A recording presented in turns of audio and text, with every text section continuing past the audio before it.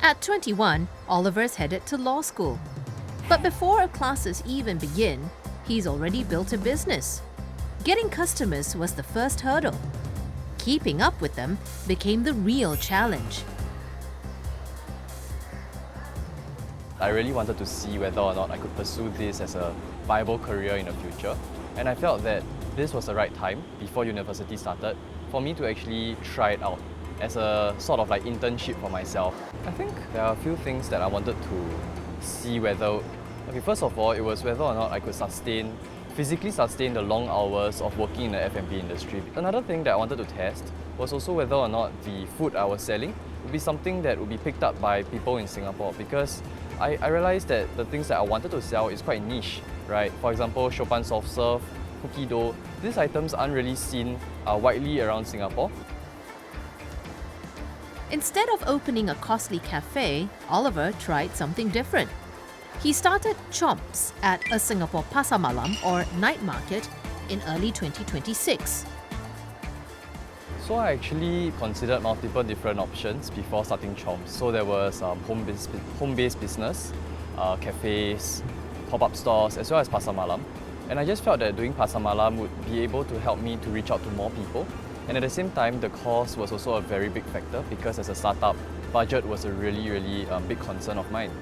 And so after looking at all the different options that I had and weighing everything, I felt that Pasar Malam made the most sense. It cost around 30,000 Singapore dollars, or 23,240 US dollars, to start up the store. Equipment such as ovens, fridge and ice cream machine took up 30%.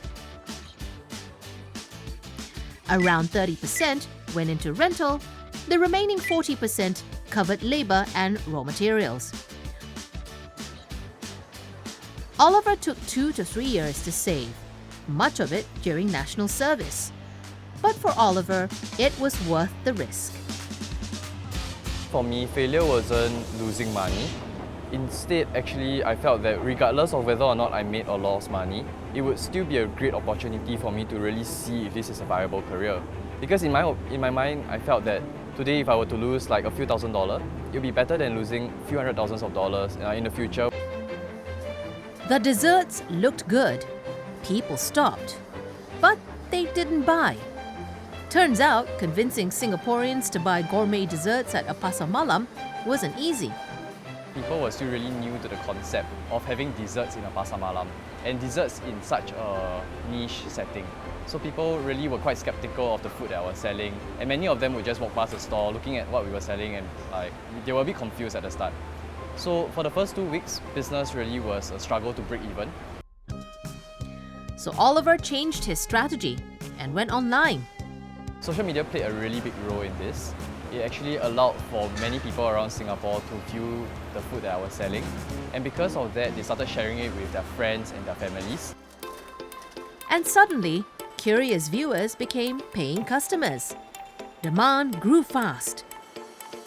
At the start, Oliver only prepared 3 to 4 liters of ice cream and 1 tub of cookie dough per day.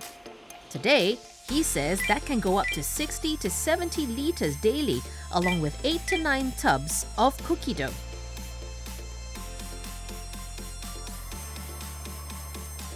After slightly more than 3 weeks, Chomps broke even.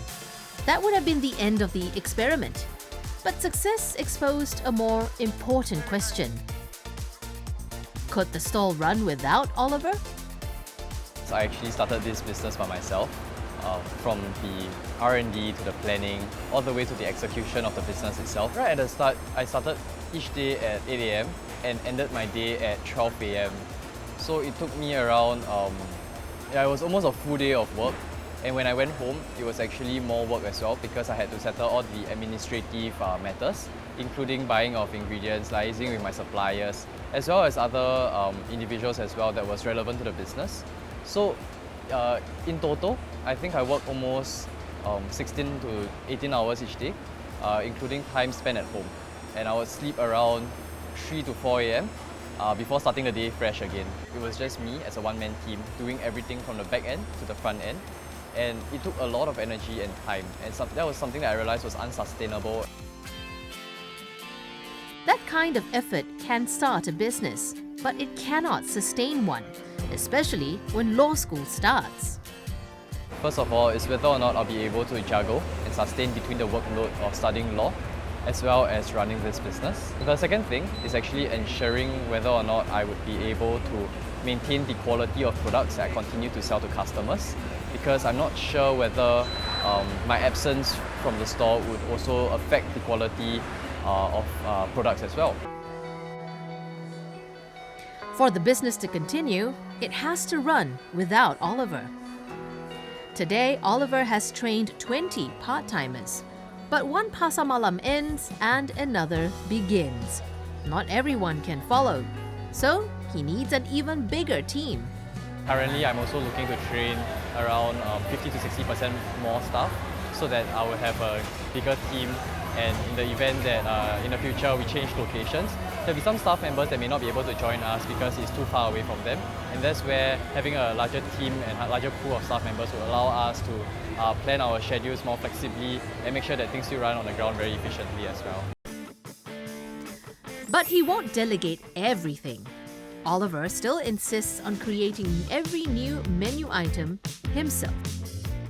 I feel that I wouldn't expect anyone to be able to have the same ideas as me and be able to create the recipes the same way that I want to.